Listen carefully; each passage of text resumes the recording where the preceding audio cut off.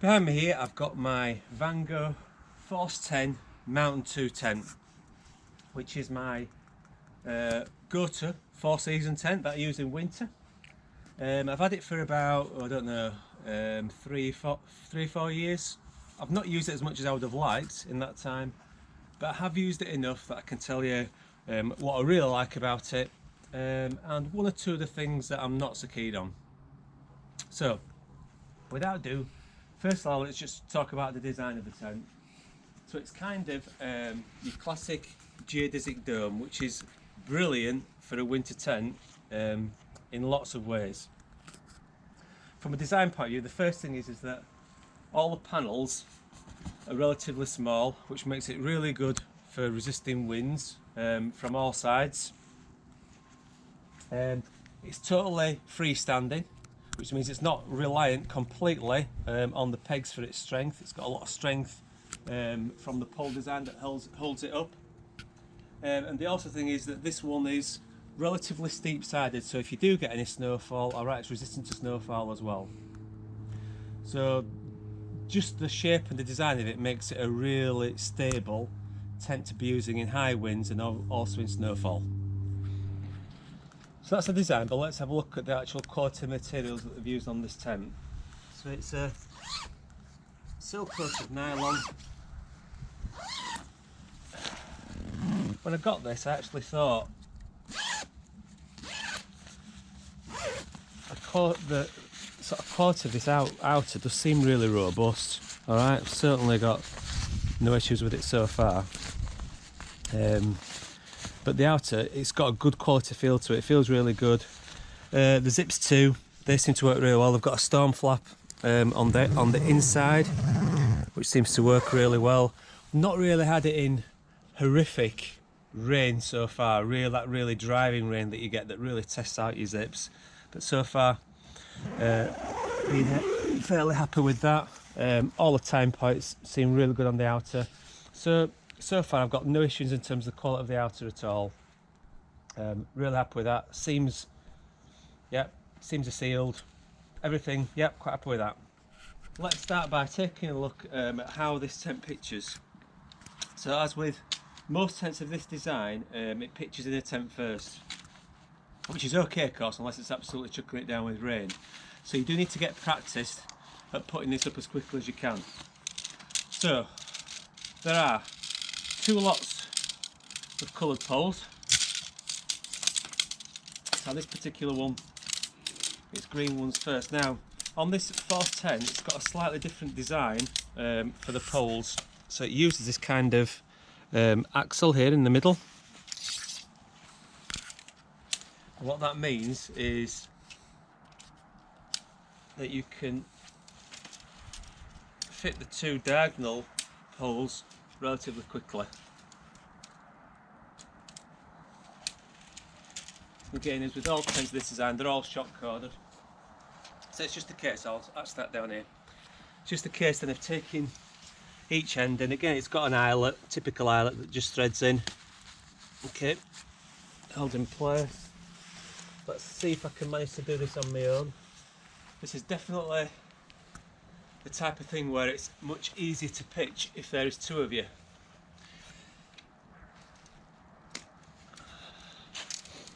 That's it, to them that further out.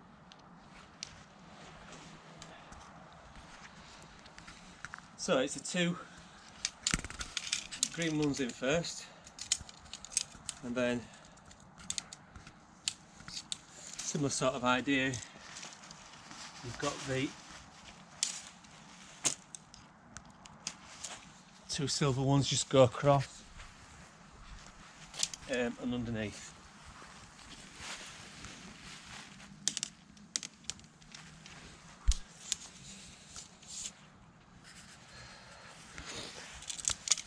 So you can see already it's taking that kind of geodesic form.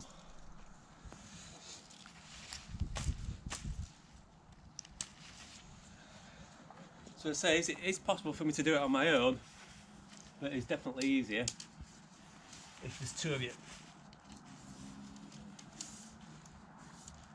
Okay, Now, at these crossover points, you've then got this clip on the tent.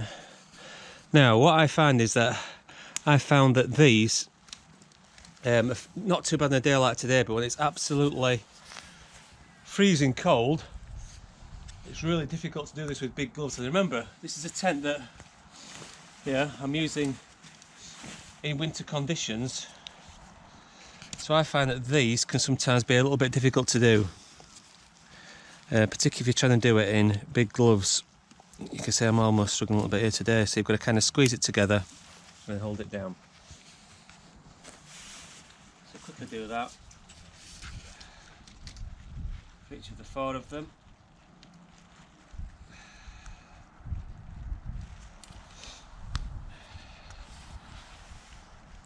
And you can see that the inner is starting to take shape. Okay. Now, once those are in place, the rest of the inner attaches to the frame by using these clips. So just go around, clip them on. Same with the green ones. That's all the clips then now in place. You can see you've got a pretty, well, rigid structure. Now, on geodesic domes, all the ones, the couple that I've had previously have all been continuous sleeve designs where you put the pole through sleeves and it supports that way. This is the first geodesic dome I've seen that uses these clip systems. I'm not 100% sure whether or not I like this system better. My son, who used this at the weekend, thought this was brilliant. He really liked it, thought it worked much better. So, I don't know, it's 6 2/3, alright? I have to say, what you do get at the end is, though, you do get quite a nice taut inner tent, as you can see. So yeah, that works pretty well. And of course, it being self-supporting now, you can pick it out and move it around to wherever you want to pitch it. Okay? So, once the inner's on, we can put the outer on fairly quickly over the top.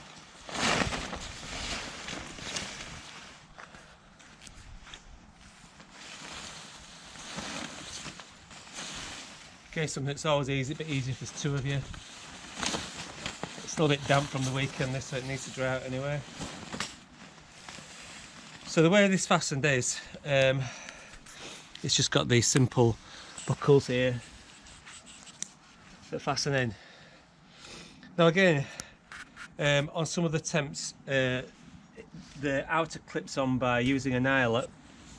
I actually found that these clips are pretty easy to do, even when you've got gloves on or got cold hands. That's not too bad. Alright, so a reasonable fan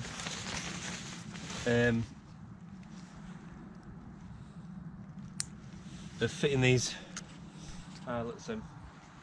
So do the 4 corners first, and then go around afterwards and just do all the ones down the side. Okay, so I'll do that now. So that's all the buckles fastened in place. That's a pretty straightforward job. Then it's just a case of pegging it out. So I usually start with these end 2 first.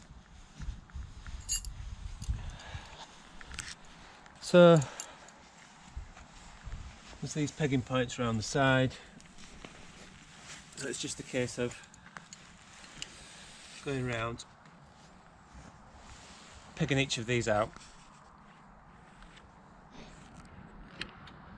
So we'll have a look at the inside of the tent, but just before I do, to start off with, just worth pointing out that this top zip here is nice and flexible, so if you want to get extra venting or extra airflow through the tent, you can just pull the top bit down. So it zips down from the top. And then if obviously you want to get the door out of the way, you put both those 2 zips up there, and then it just can flip it here out the side.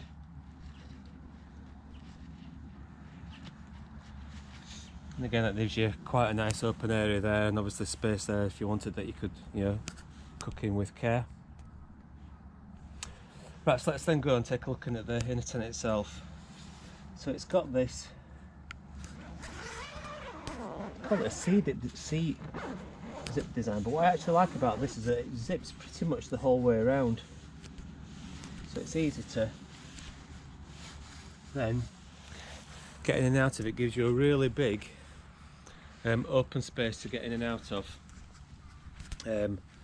which is great of course for getting geared in and out. So I do really like that door and the fact that it opens right the way around like that. I think that's really useful. Right, let's go get in the tent and have a look. So inside the tent itself, you can see there is absolutely bags of room, and the great things about the designs of these tents is the high walls, lots of head space, all right, and plenty of space for two people. As I say, I'm just over 6 foot, loads of room in this. So let's have a look at some of the things. First of all, the ground sheet. The ground sheet does feel very durable. When you've been using sort of really lightweight tents, you get in here and you feel this ground sheet and you think, yep, you know what, that feels a bit more solid. And there's certainly no issues at all with the ground sheet at all, having used it so far. So ground sheet's good. Bathtub here on the ground sheet comes pretty high. All right, I'll have a chat about this later on, about one of the concerns, but again, I quite like that. The bathtub comes up nice and high, so not an issue there with that. That's lovely. Storage space is okay. There are a couple of other previous designs that I've had where you've got more storage space, so that's a reasonable amount of storage space. You've got some pockets here as well, and then the top of these I was actually quite sceptical about these to start off with. You've just got a couple of vents, and again those are really for a condensation point of view. Again, just create a little bit more airflow right in the inner of the tent. All right, get some airflow going there with those vents up, and they do help surprisingly. Okay, and again it's pure. You've got some little clips here that you can hang things from, hang your mucky socks up if you want, or hang a light from. So all in all, the interior of this tent, I've grown to like it more and more. All right, I like it. In fact, it's quite light, it's quite airy, and again with your winter tent, the chances are that you're going to have to spend quite a lot of time in your tent. All right, so it's not a bad place to be, all right, for a long period of time. So also already mentioned these nice doors that I like, and there they are. Obviously got a full mozzie guard on it as well. In terms of the vestibule area, the vestibule area is okay. I've had other designs where you've had a bit more space, all right, on the vestibule area. And here, although there's a reasonable amount of space outward, height-wise there's not a lot.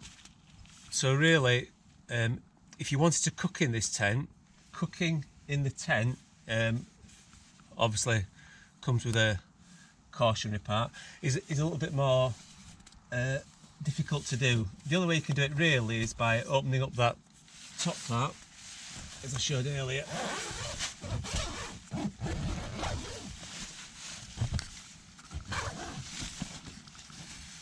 It is possible